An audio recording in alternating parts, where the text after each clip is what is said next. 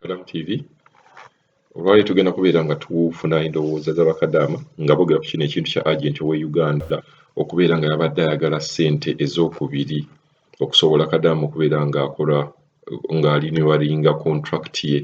Bakadaama bonna bagamba ekintu kino agent kasita abeera akusukumye Buwarabu ssente z'afuna ng'akusukuma zeezo ezimala talina kuddamu kufuna ssente za mirundi ebiri. Naye katufune ku ndowooza z'abakadaama ab'enjawulo. Halo Nyabuli Kadaama TV. Sibyekyo nno mwami Kadaama weebale tuweereza. Kati simanyi oba Kadaama ono agent gwaliko oba wakataddeyo ddi simanyi naye naakabikkula kati anti mbadde mulwadde nga sibikkula.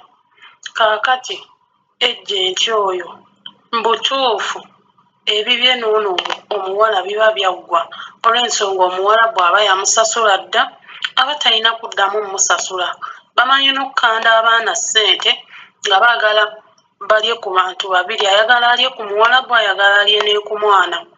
Naye ng'ekintu ekyo tekiba kituufu. Kadaama ye waaba ayagala okukola aguma akole ebya agenti abiveeko kubanga ne mu nnyumba gye tubeera ba agenti tebabeerayo, tebamanya bizibu ki bibeerayo. Kati ate ayagala bakwate ssente bamuwe ate oluusi abantu bano abadde akutaddemu ssente z'endala aba ajja kukucunya. Bannaaye ba agenti mwebeereremu abaana mubaleke. Oli bw'aba asazeewo wuuyo Mukama mulungi era kyemmanyi balabika nti babadde bamuyisa bulungi ng'ayagala kukola ate lwaki ono aba ayagala ommukamula? Ekintu ekyo mu butuufu si kirungi yadde n'akamu. Mukulu Kadaama TV gye baleko weebale tuweereza. Nze ngenda kwogerako ku oyo muganda wange eyagambye nti nno yali ayagala kuddayo, yagambako agenti w'owe Uganda ng'amutegeeza nti contract ye egenda kuggwako Ogwokutaano naye abadde ayagala akole aniwalinga akoleyo emyaka emirala ebiri. N'amugamba amusasule ssente zaaki amusasule ssente zaaki tebasobola kuyamba baana nti oba anoonyerezeeko omwana ono mukubireko essimu omugaye munnange oli otya. Batugamba ffe nti tutambulatambula mu biyumba oyo ali kale agenti we yamugya e Uganda gw'abadde alina naye nga tebasobola nakugamba nti bakubireko agenti we babuuze nti munnange omuwala gwe twakuwa ali atya, tebaafaayo. Maama guma okole sigala wamu ne Katonda we yakulwanira akulwanidde emyaka ebiri agenda kulwanira na gino egy'ogenda okukola. Tebalina makulu baagala kulyamu buli baakulyamu ogwasooka baakuyamba ki? Katonda wo naawe kwefaako mwennyini kwebeereramu kwe kulaba ng'otuusiza ogenda kumalako contract. Babadde balina kye bakuyamba.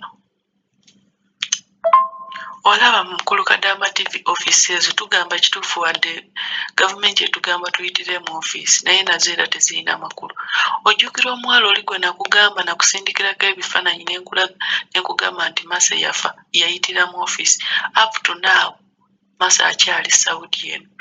Ne bwe njogerera oba baamugyamu mu makyali ne bagenda ne baziika tomanyi nange simanyi. Abantu b'omugenzi beewuubye ne paka ssaawa zino omuvubuka bwe njogera naye kuba abula ansi ey'okukola ki ey'okunziramu. Kati ofiisi ziba zirina mulamwa ki? Omuwala ono nakanjako Lamula eyafa oluvannyuma balabika baamuggyayo naye nga Mase yasooka okufa nga up to now akyali Saudi naye nga teyakukusibwa yayita mu ofiisi. Kati ofiisi ezo zirina mugaso ki gwe zitugasa? Mwe mutabakubirira kerere ne mukuba kerere babeerawo nga balinga abatalina kye bamanyi bakitegeera. Kati bannange batulekenga woba ofunye w'onywera otuzi maama wange nyweza anyweze tebalina mulamu abo.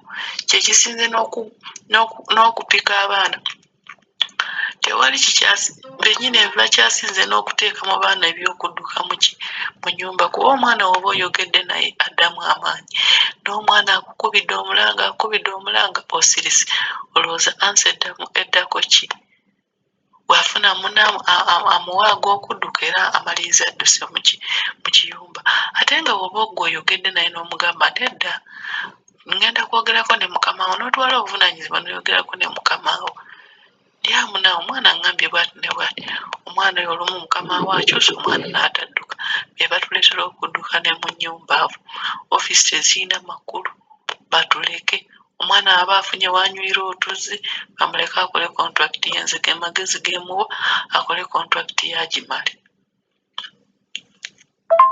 jjukira mwanyenda masa abantu bamase bagenda okutegeera nga mase yafa nga boosi wagamba mbu amaze emyezi 2 nga yafa kigamba yafanga mu gwamwenda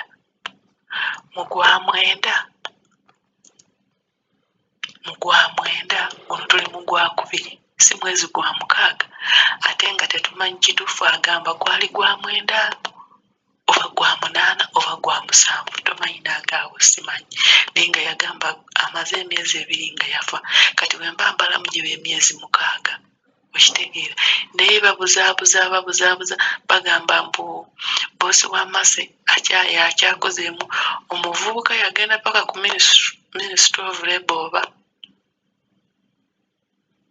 kuba namugamba naye kati bino oyo birabika bimususse kuba waliwo akawulire ke baakola nga balaga abaana abafiiridde mu Middle East naye ng'oyo mase yali taliiko naye ng'ate abaafa oluvannyuma lwonna baali kwebali naye ng'ate yasooka yali taliiko naye kamusindikira n'azitukirawo n'agenda kati bwe baatuuka eri nga bagamba kituufu waliwo abalala abataliiko naye katuwandiike ebbaluwa tusindikire embasi tulabe kyenatuddamu